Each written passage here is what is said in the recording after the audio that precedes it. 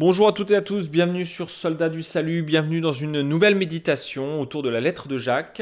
Aujourd'hui, nous voyons toujours dans le chapitre 1 les versets 23 et 24, où Jacques nous dit, donc toujours en fait dans ce thème de mettez la parole en pratique, parce que Jacques nous dit, en effet, si quelqu'un écoute la parole mais ne la met pas en pratique, il est semblable à un homme qui regarde dans un miroir son visage naturel et qui, après s'être regardé, s'en va et oublie aussitôt comment il était. Mais voilà, je m'arrête là.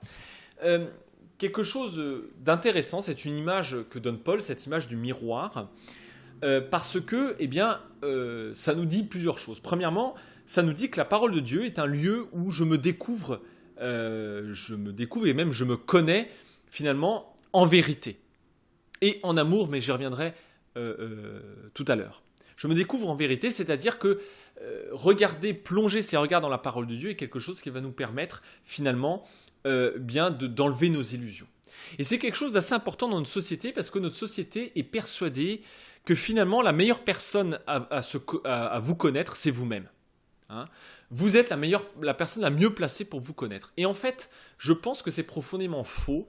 Et il y a quelque chose de très important dans la foi chrétienne, c'est de penser que c'est Dieu qui nous connaît mieux que nous-mêmes. Je ne dis pas le pasteur, je ne dis pas l'église, je dis bien Dieu. C'est Dieu qui nous connaît mieux que nous-mêmes parce que c'est lui qui nous a fait. Et ça, c'est quelque chose d'important. Et je pense que notre société est un petit peu déboussolée parce qu'on est tous persuadés qu'en fait, on comprend mieux que qui que ce soit qui nous sommes. Et en réalité, en fait, nous ne savons pas très bien ce que nous sommes, ce que nous cherchons exactement. Et ça, c'est, je pense, une vraie réalité. D'ailleurs, Simone Weil, la philosophe chrétienne, disait que finalement la Bible était un ouvrage qui ne parlait pas simplement de Dieu, mais surtout de l'homme. Ou plutôt, est finalement l'homme vu du point de vue de Dieu. Et c'est ça la Bible. Elle nous fait regarder l'homme, et l'homme dans son ensemble, c'est-à-dire l'homme, l'histoire humaine aussi, du point de vue de Dieu. Et elle nous parle d'un Dieu qui ne fait pas simplement que nous regarder, mais même, en fait, vient vers nous. Voilà. Et c'est ça la Bible. Mais en même temps que Dieu vient vers nous, en fait, nous nous découvrons en vérité. Et il faut savoir quelque chose de très important, c'est que nous n'aimons pas la vérité. Alors ça, il y a plein de gens qui en sont persuadés quand ils disent « Ah oui, mais moi je dis la vérité et personne ne l'aime. » Alors oui, c'est vrai, mais en même temps, personne, y compris vous, n'aimez la vérité. On n'aime pas la vérité, pourquoi ? Parce qu'on préfère les illusions, y compris nos propres illusions, parce qu'on voit très bien les illusions des autres. Ça, on le voit bien. Mais nos propres illusions, on a toujours du mal à les voir. Et il n'y a que Dieu qui peut nous libérer de ces illusions. Et finalement, c'est pour ça que c'est important, si vous voulez, de mettre en pratique la parole, parce que, en fait, ça va, comme d'un certain point de vue, terminer cette descente de Dieu vers nous, parce que Dieu va prendre possession de nos vies. L'Esprit du Christ va prendre possession de nos vies, va descendre en nous. C'est, d'un certain point de vue, si vous voulez, l'incarnation du salut, ce qu'on appelle la sainteté dans l'armée du salut. On appelle ça aussi le plein salut, c'est-à-dire le salut qui s'incarne dans nos vies. Et c'est aussi quelque chose de très important parce qu'en fait, on ne peut pas non plus connaître Dieu de loin. On ne peut pas simplement connaître des choses sur Dieu. Ça, ce n'est pas connaître Dieu. On ne peut connaître Dieu qu'en le servant, qu'en mettant en pratique sa parole. Et ça, c'est quelque chose de très important. On ne peut pas connaître Dieu de loin. Et de la même manière, si on pense connaître Dieu, mais simplement de loin, on ne peut pas non plus se connaître nous, soi-même. La Bible est, je le dis très souvent, un appel à nous mettre en marche selon la parole de Dieu, et pas selon notre propre vue, parce que des fois on oublie un peu. Et lire la Bible est donc, d'un certain point de vue, jamais agréable. Si vous pensez que lire la Bible, c'est simplement se cajoler et qu'on reçoive de la pommade de la part de Dieu et tout, alors il y a aussi des paroles de consolation, attention, et on en a besoin. Mais si vous pensez qu'il n'y a que ça, vous allez être vite déçus, parce qu'il n'y a pas que ça. Il y a aussi des paroles, parfois, qui vont trancher un peu dans nos vies, qui vont nous remettre en question.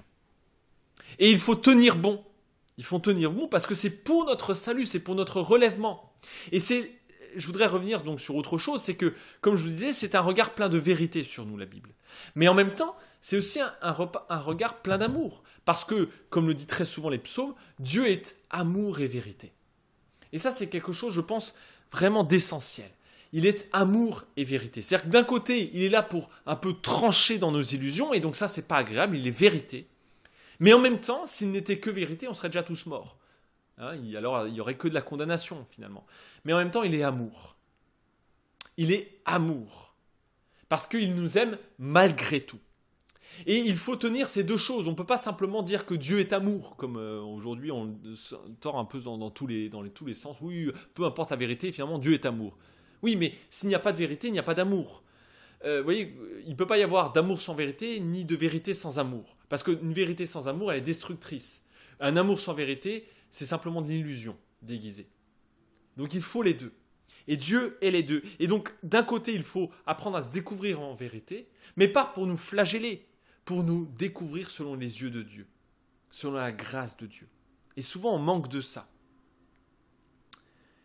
Et en même temps, ce regard plein d'amour et de vérité, eh bien, c'est un regard aussi que nous devons incarner vis-à-vis des autres.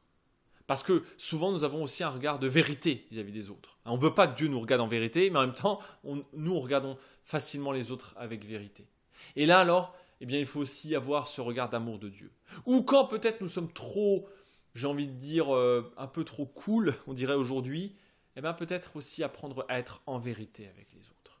Il faut les deux, un regard plein d'amour et plein de vérité. Tenir les deux un peu en tension. Parce que si Dieu veut nous montrer la vérité, c'est pour nous libérer. La vérité délivre l'être humain. Elle la délivre, elle la relève. Elle la relève parce que Dieu ne s'arrête pas à la vérité. C'est dans son amour qu'il nous regarde en vérité. Parce que sinon, eh bien, nous regardons simplement notre vrai visage, mais après, on part pour l'oublier, c'est-à-dire nous remplir d'illusions. Mais non.